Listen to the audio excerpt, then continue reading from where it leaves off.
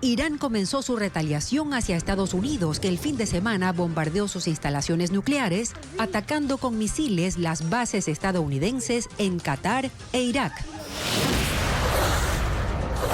De $1 millón. El gobierno nacional ofrece $1 millón para encontrar vivo o muerto a alias Fede, quien se fugó el viernes de la penitenciaría del Litoral, y extiende esa recompensa a policías y militares. La Fiscalía encontró inconsistencias en las versiones rendidas por los militares procesados por la fuga de alias Fede y que la bitácora de la cárcel fue mutilada.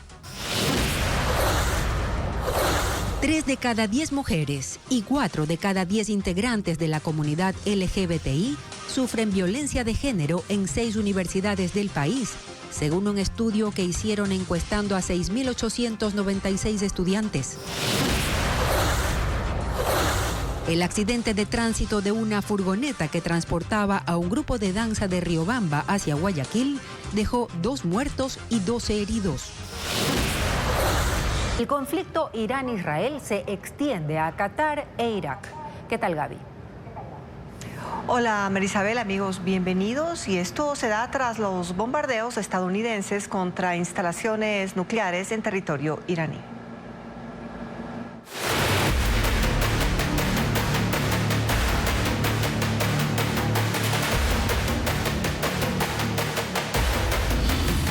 Israel, Irán. Trump suma a Estados Unidos.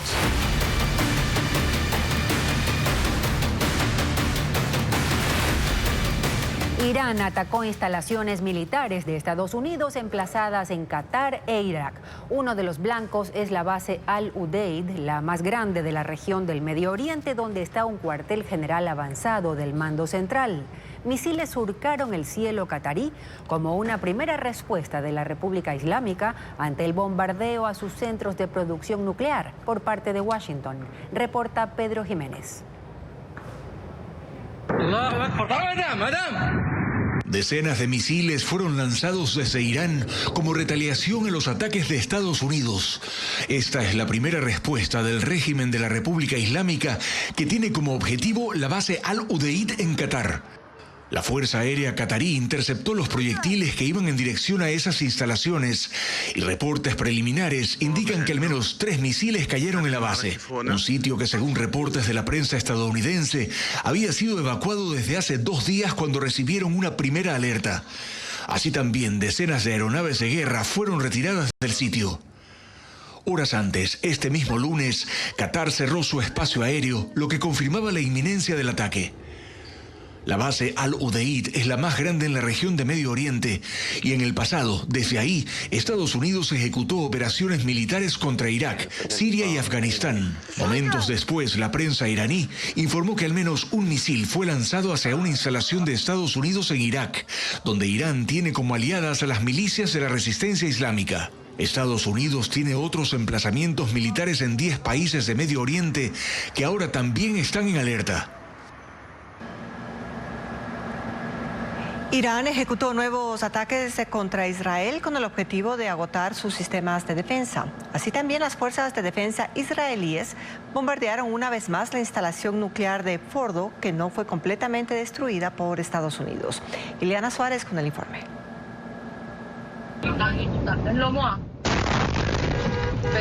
Un video captado por un conductor muestra la explosión tras el impacto de un misil balístico iraní en una carretera cerca de Ashdod, ciudad israelí en la costa del Mediterráneo. Autoridades locales reportan además múltiples impactos de proyectiles en localidades como Tel Aviv, Jerusalén y Ashkelon. La agencia de noticias Fars, dirigida por la Guardia Revolucionaria Islámica, señala que Irán se prepara para un conflicto largo de hasta 6 meses, pues la intención no es solo golpear sitios clave, sino desgastar los sistemas de defensa aérea. Por su parte, Israel ejecutó una ofensiva combinada sobre emplazamientos militares en territorio iraní, entre ellos la sede de la Guardia Revolucionaria en Teherán. Además, destruyeron el ingreso de la prisión de Evin, conocida como el principal centro de detención y tortura para presos políticos. una cárcel que alberga periodistas, académicos y defensores de derechos humanos en Irán. Israel también lanzó un nuevo ataque contra la instalación nuclear de Fordo. Según el diario The New York Times, tras un análisis, el ejército israelí considera que el sitio sufrió severos daños por los bombardeos estadounidenses, pero no ha sido completamente destruido, como dijo el presidente Trump. Fuentes de inteligencia estadounidenses sospechan que antes del ataque, Irán trasladó gran cantidad de uranio enriquecido desde Fordo y hasta ahora desconocen el paradero de ese material nuclear.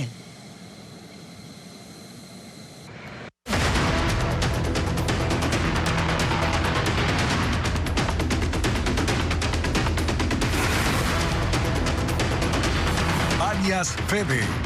Objetivo militar.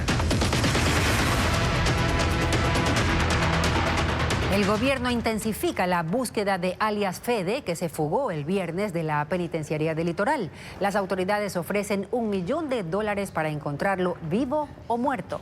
Merlin Ochoa informa que el dinero incluso puede ser destinado al policía o militar que detenga al líder criminal. No hay tregua. En un mensaje conjunto difundido en redes sociales, los ministros del Interior y de Defensa anunciaron que se ha fijado una recompensa para capturar a Rolando Federico Gómez Quinde, más conocido como alias Fede. Ofrece una recompensa de $1 millón a quien entregue información verificada que permita la ubicación y captura de alias Fede. Con esto pretenden intensificar la búsqueda de Fede, considerado por las autoridades luego de Fito como uno de los criminales más peligrosos del país y objetivo de alto valor. Reconocerá con la misma recompensa de $1 millón a los miembros de la Policía Nacional y de las Fuerzas Armadas que logren capturar o dar de baja a Rolando Federico Gómez Quinde, alias Fede.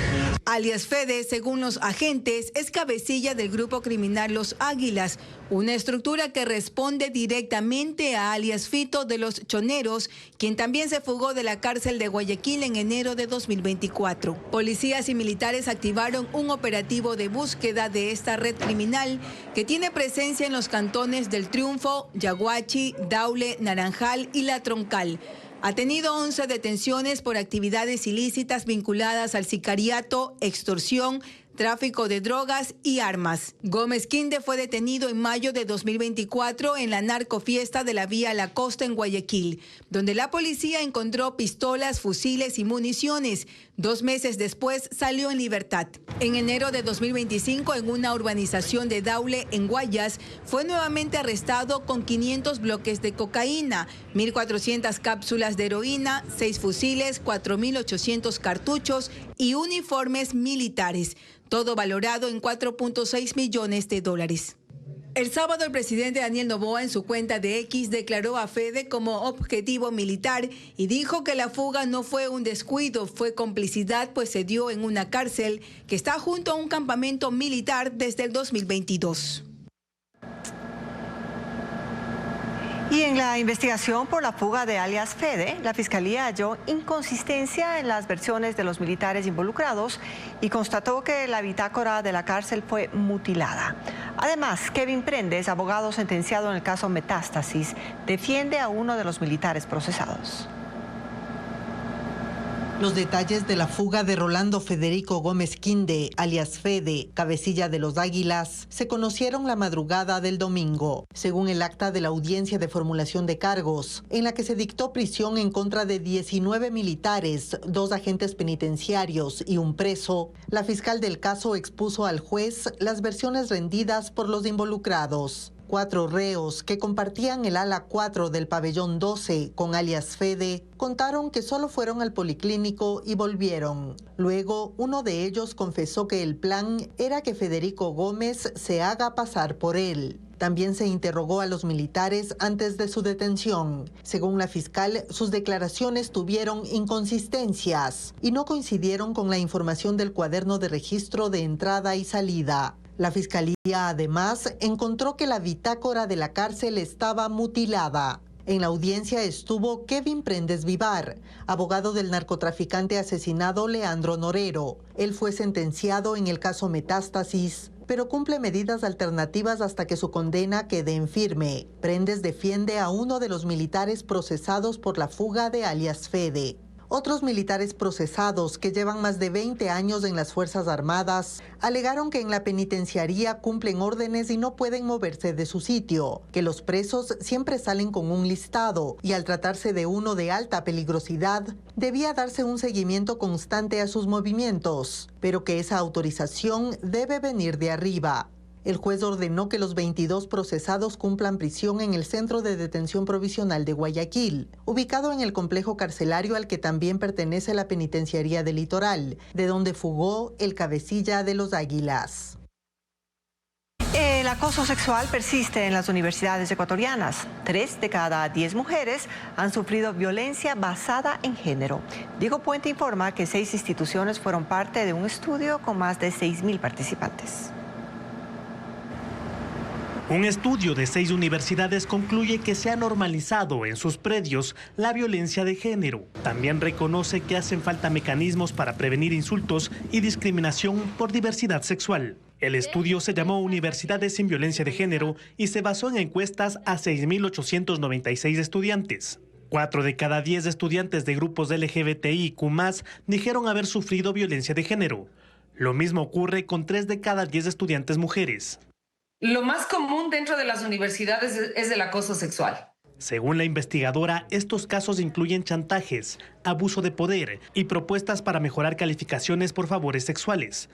También hay acoso de compañeros con palabras o tocamientos. La mayoría de estudiantes se siente vulnerable a la violencia basada en género. 6 de cada 10 dicen que las universidades son inseguras. 7 de cada 10 señalan que prevalece la impunidad y que sus denuncias no tienen seguimiento. Y 8 de cada 10 están seguros de que se trata de ocultar las denuncias para no afectar la imagen de la universidad. El estudio recoge que los estudiantes justifican estas actitudes. 3 de cada 10 encuestados dice que el acoso se da por la vestimenta de la víctima. 7 de cada 10 considera que quien ejerce la violencia usa drogas y 9 de cada 10 dice que el violentador tiene problemas psicológicos. Las universidades tienen protocolos para actuar en estos casos. En el SPOCH cada caso pasa a un comité que debe investigar. Se da a la víctima atención psicológica y legal. El caso se debe resolver en 30 días. Son infracciones realmente muy graves y eso significa que obviamente la sanción está relacionada con la gravedad de estos hechos, ¿no? Y puede terminar obviamente en una sanción de separación definitiva o destitución. Otras universidades como la Central manejan un protocolo que incluye alejar al agresor de la víctima y evitar que imponga calificaciones para evitar chantajes. En casos donde se determine violencia sexual, también se envía el expediente y una denuncia a la Fiscalía. Pese a que el presidente del Consejo de Participación, Andrés Fantoni, se comprometió a tener en un mes a los miembros de la Comisión Ciudadana de Selección para iniciar el concurso de fiscal, esto no se cumplió. En su lugar se reformó el reglamento y se abrió una nueva convocatoria para sumar veedores, como lo informa Fabiola Santana. Hasta el viernes debió estar conformada la Comisión Ciudadana de Selección para iniciar con el concurso de fiscal general. Así lo había ofrecido el presidente del Consejo de Participación, Andrés Fantoni, tras la renuncia de Diana Salazar. Pero esto no ocurrió y en su lugar ese día aprobaron reformas al reglamento vigente hace 9 meses. Con la nueva normativa las dilaciones no terminan. El miércoles anterior el Consejo decidió hacer otra convocatoria para que más ciudadanos se sumen a la veeduría del concurso que ya estaba conformada. Y así, en lugar de avanzar, el proceso sigue en retroceso. Esta mañana el presidente del Consejo de Participación estuvo en un foro con la academia y se le consultó por qué no avanza el concurso y dio una nueva fecha de inicio. Vamos a hacer una nueva convocatoria para poder incorporar más ciudadanos que nos han solicitado por parte del CPCCS. Nosotros no somos una institución que cierra las puertas, al contrario, la abrimos mucho más grande y es por eso que necesitamos culminar este proceso que llevará poquísimas semanas, por no decirle una semana, y poder ya hacer la convocatoria a todo el Ecuador. Por ahora, esa institución tiene una considerable deuda con el país en materia de justicia, pues además de la Fiscalía, mantiene prorrogados a los vocales del Consejo de la Judicatura. Esta última institución entrará en crisis si la Asamblea destituye a Solanda Goyes, pues se quedaría con 2 vocales y sin capacidad de sesionar y tomar decisiones. En este caso, el inicio del concurso no avanza porque el presidente Daniel Noboa, desde diciembre, no envía la terna del Ejecutivo. gobierno cuenta con una garantía del Banco Interamericano de Desarrollo para que inversionistas privados inicien la construcción de 12 proyectos de generación de energía renovable. Así lo anunció la vocera presidencial, quien también dio detalles sobre la agenda que cumple el presidente durante su gira internacional. Francisco Garcés amplía la información. El Ecuador cuenta con una garantía de $77 millones del BID para que arranque la construcción de 12 proyectos de energía renovable que estaban detenidos desde el 2023. Carolina Jaramillo, vocera presidencial, informó que la garantía es parte de una nueva línea de crédito de $140 millones del Banco Interamericano de Desarrollo. Son 7 proyectos fotovoltaicos, 5 en Imbabura, 1 en Galápagos y 1 en los terrenos de la fallida refinería de El Argomo en Manabí. Son 500 megavatios. También 3 hidroeléctricas en Pichincha y Morona, Santiago, para 150 megavatios. Y 2 eólicos en Loja que generarán 154 megavatios. Estos pueden durar 1 año y medio o 2 años y los hidroeléctricos sin duda toman un poco más de tiempo. Entonces esperamos que todos estos proyectos que suman 810 megavatios estarían culminándose en este mismo periodo de gobierno. La vocera presidencial también dio a conocer los detalles de la agenda que cumple el presidente en su gira por China, España e Italia. En China estará hasta el 27 de junio. Se reunirá con el presidente Xi Jinping y el primer ministro de ese país. Adicionalmente, se encontrará con el primer ministro de Vietnam y el presidente del Foro Económico Mundial. Jaramillo dijo que la prioridad es atraer inversiones para el sector energético. En España, Noboa estará entre el 28 y 30 de junio. Se reunirá con el rey Felipe VI y con el secretario de la ONU, el presidente del Banco Mundial, la directora del FMI y el director de la OMC. En Italia, entre el 30 de junio y el 3 de julio, se reunirá con el presidente Sergio Mattarella y otras autoridades, entre ellas el fiscal general italiano. Una furgoneta que transportaba a un grupo de danza del Guayas se volcó y cayó en una zanja en el ingreso al cantón Alausí. El siniestro dejó 2 personas fallecidas y una docena de heridos cuando regresaban de una presentación en la parroquia Tixán. Una furgoneta escolar que trasladaba a un grupo de danza del Guayas se volcó y cayó a una zanja a un costado de la vía la tarde del domingo en el sector El Casual al ingreso del cantón Alausí, provincia de Chimborazo. 2 personas murieron y otras 12 resultaron heridas. Según Gonzalo Llerena, familiar de una de las víctimas, los danzantes regresaban de una presentación en la parroquia Tixán. Durante 4 horas, bomberos, personal de criminalística y fiscalía trabajaron en el sitio para recuperar los 2 cuerpos que quedaron atrapados entre los hierros retorcidos. Las 2 personas fallecidas fueron identificadas como Mónica Morales, de 53 años, y Reina Jaime, de 56. Bomberos de la UCI dieron atención prehospitalaria a los heridos en el sitio. 7 de los 12 afectados tenían lesiones graves, por lo que fueron trasladados a un hospital de Riobamba. De acuerdo con información del ECU 911, una falla en el sistema de frenos provocó que el conductor perdiera el control del vehículo. Ecuador y Emiratos Árabes Unidos tienen todo listo para iniciar las negociaciones de un acuerdo comercial. Ecuador busca aprovechar las capacidades financieras, de conectividad y logísticas de esa nación para atraer inversiones y potenciar sus exportaciones a todo el Golfo Pérsico. Los emiratíes están interesados en contar con un proveedor fiable de productos alimenticios. La visita de una delegación oficial de Emiratos Árabes Unidos es un paso en firme hacia un acuerdo de asociación económica integral. Las conversaciones se vienen desarrollando desde hace algún tiempo, por eso es que ya está claro que se trabajará sobre 19 capítulos y se prevé que una vez que arranquen estas negociaciones no tarden más de 6 meses. Hubo reuniones con autoridades y también con representantes de los sectores productivos locales. Allí se habló de asuntos concretos. Los emiratíes son deficitarios en alimentos, todo lo importan y ven en Ecuador un potencial proveedor confiable con capacidad de entregar volúmenes importantes durante todo el año. Ellos, en cambio, manejan desde su centro financiero el 25% del flujo de capitales del mundo, tienen un alto conocimiento en servicios tecnológicos y logísticos. Los objetivos del fortalecimiento de la relación entre ambas naciones desde la orilla ecuatoriana se puede resumir en 3. un acuerdo comercial que derrumbe las barreras arancelarias y pararancelarias, es decir, impuestos y normativas técnicas que obstaculizan el flujo de algunos productos agrícolas y de proteína animal. Aprovechar la plataforma de financiamiento y de inversiones que tienen los emiratíes, así como su experiencia en manejo de energías renovables, conectividad y eficiencia logística que podría acoplarse a los requerimientos de las cadenas de producción nacionales. El tercer aspecto es el aprovechamiento del modelo emiratí de conectividad y logística que permitiría consolidar carga ecuatoriana en ese territorio para desde allí posicionar los productos locales en todos los países del Golfo Pérsico. Pero hay una traba. El problema es que también necesitan un instrumento que permita que la palabra de los negocios se traduzca en un instrumento que trace la cancha para el largo plazo. Eso da una sensación de seguridad. Y no está claro de qué herramienta se trataría, tomando en cuenta que los tratados bilaterales de inversión están prohibidos por Constitución.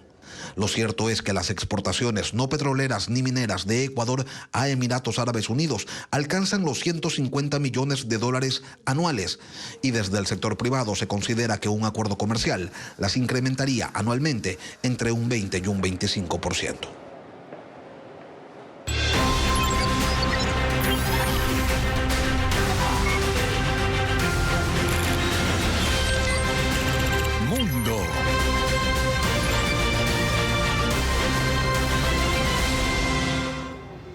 El presidente de Estados Unidos, Donald Trump, viajará mañana a Países Bajos para la cumbre de jefes de Estado y de Gobierno de la OTAN.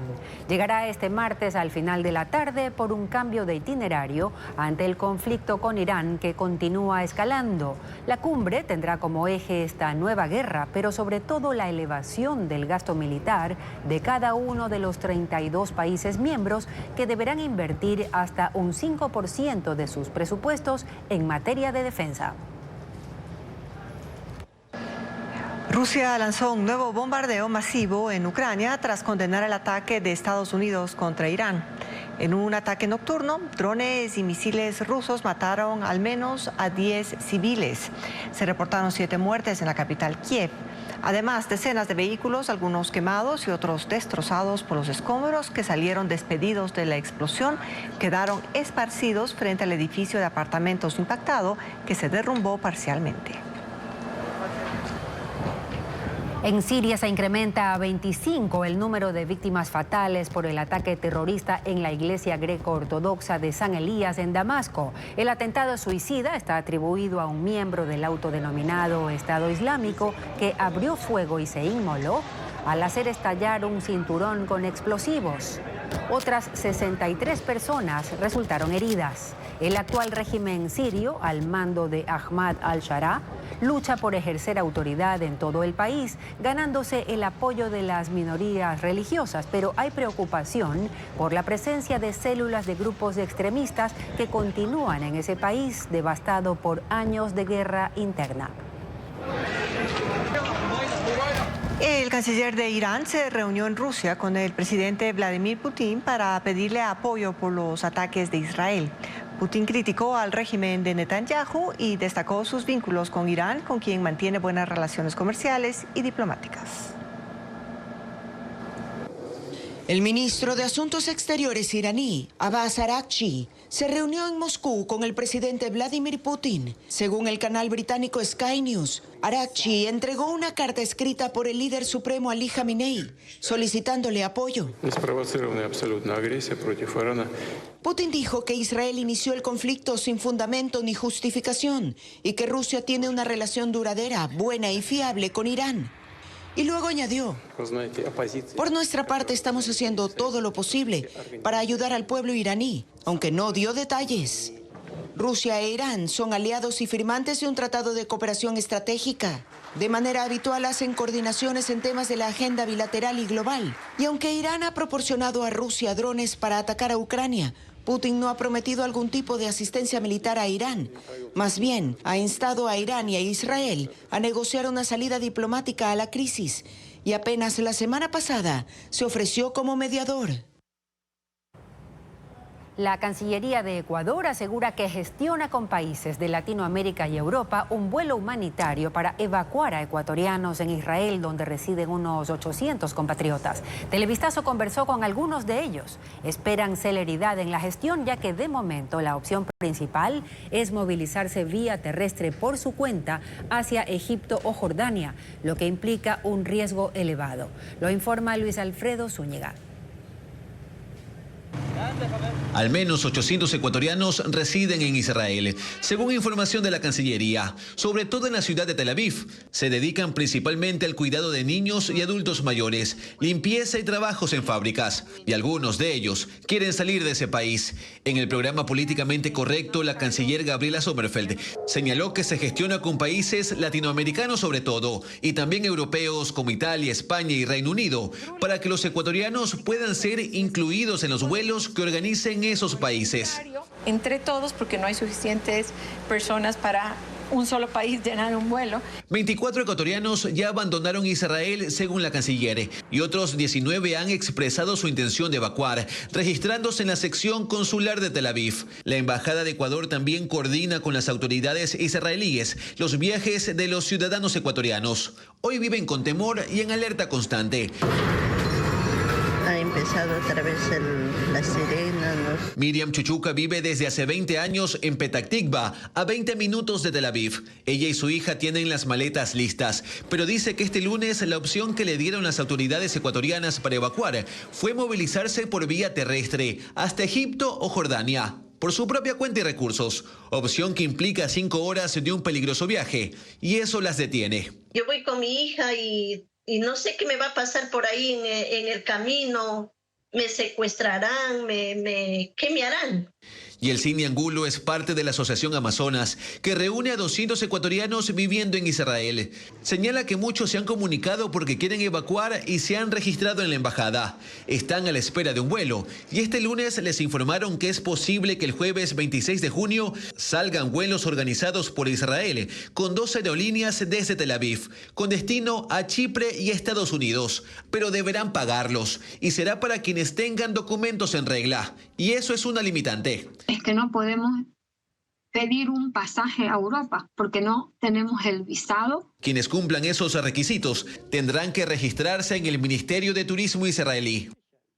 Estados Unidos aprobó el uso del lenacapavir, la primera inyección preventiva contra el VIH, que solo requiere 2 dosis al año. Ha demostrado en ensayos clínicos que reduce el riesgo de transmisión del virus en 99.9%. Pero ¿cuán asequible es? La respuesta con Bessie Granja. Es considerado por la revista Science como el avance científico del año. Se trata del fármaco lenacapavir, un antirretroviral que ataca el virus de inmunodeficiencia adquirida VIH durante sus primeras etapas. La Administración de Alimentos y Medicamentos de Estados Unidos, FDA, aprobó el uso de esta inyección, cuya eficacia es del 99.9%. El medicamento se administra en 2 inyecciones cada 6 meses, bajo la piel del abdomen. Lenacapavir es importante para mí porque me permite ir solo 2 veces al médico y sentirme totalmente protegido contra el VIH, independientemente de si mi pareja vive con VIH o no. Organizaciones que luchan por la prevención del VIH calificaron la llegada de este medicamento como una oportunidad sin precedentes en más de 4 décadas. Aún no tenemos una vacuna, pero estamos muy cerca de ofrecer una muy buena protección y prevención contra el VIH. Esto es un punto de inflexión, pero es inhumano no brindarle esto a quienes lo necesitan. El acceso al lenacapavir presenta varios desafíos, sobre todo para la población de bajos ingresos. De acuerdo con sus creadores, el tratamiento está aprobado para adultos y adolescentes que pesen al menos 35 kilos y que se encuentren en riesgo de adquirir VIH. El fármaco se recomienda para quienes no viven con la enfermedad. 30 empresas conforman el primer clúster nacional de cannabis no psicoactivo. Se dedican al cultivo y producción de cremas, alimentos, medicinas, bebidas y hasta cosméticos. En 2024, esta industria generó $14 millones y más de 30,000 empleos directos. Adriana Bermeo con más cifras.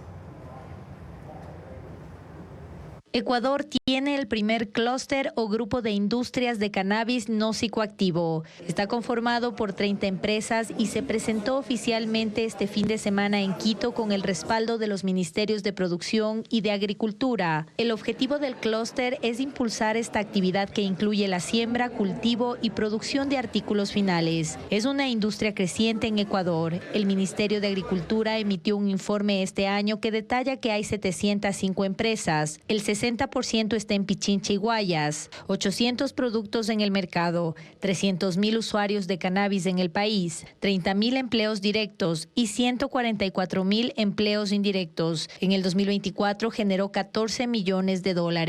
La industria del cannabis destaca por su variedad. Hay aceites, cremas, colágeno, shampoo, cremas, infusiones y bebidas. Productos que ya se exportan a Estados Unidos, Francia, Suiza, Islandia y Reino Unido. Incluye cáñamo industrial, en donde toda la gama de producción va desde el tema de textiles, productos finales, alimentos, suplementos, cosméticos y también en el área veterinaria. El cannabis no psicoactivo es legal en el país desde el 2019. No es una droga, no causa alucinaciones ni adicciones. Contiene cannabidol o CBD, un componente natural que mejora la calidad del sueño, disminuye cuadros de estrés, ansiedad y dolor por golpes o enfermedades crónicas. Como parte del lanzamiento del primer clúster de cannabis, se hizo una exhibición gastronómica en la que expertos mostraron cómo se potencian sabores en platos y bebidas. Las comunidades indígenas de Otavalo celebran el Armay Tuta o Noche de Baño para dar la bienvenida al nuevo año andino. La tradición inicia con danzas en las comunidades y concluye en el bosque de la Cascada de Peguche, donde los participantes se purifican. El informe con Cristian Tinajero. Al caer la noche de este domingo, en la comunidad Peguche Tío, inició el Armay Tuta, o Noche de Baño, el ritual ancestral que cada 22 de junio marca el inicio del Hatun Puncha, el nuevo año andino. Los participantes se reunieron fuera de sus casas para bailar en círculos, zapatear y gritar, generando un ambiente de energía colectiva, acompañados por el sonido de la guitarra, la armónica y el churo.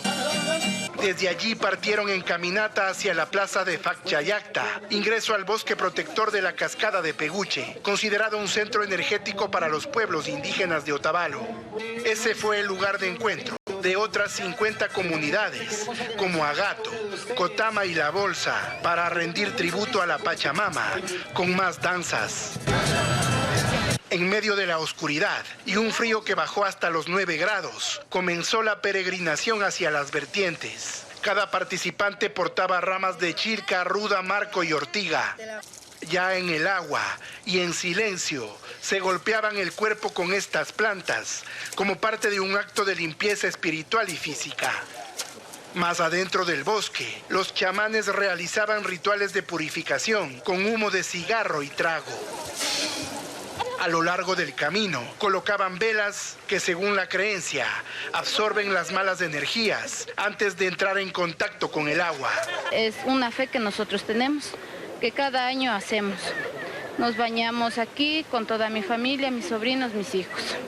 Al menos 4,000 personas participaron en el Armay Tuta. Algunas llegaron desde Riobamba, Guayaquil y Cuenca, motivadas por el deseo de reconectar con la naturaleza y su espiritualidad.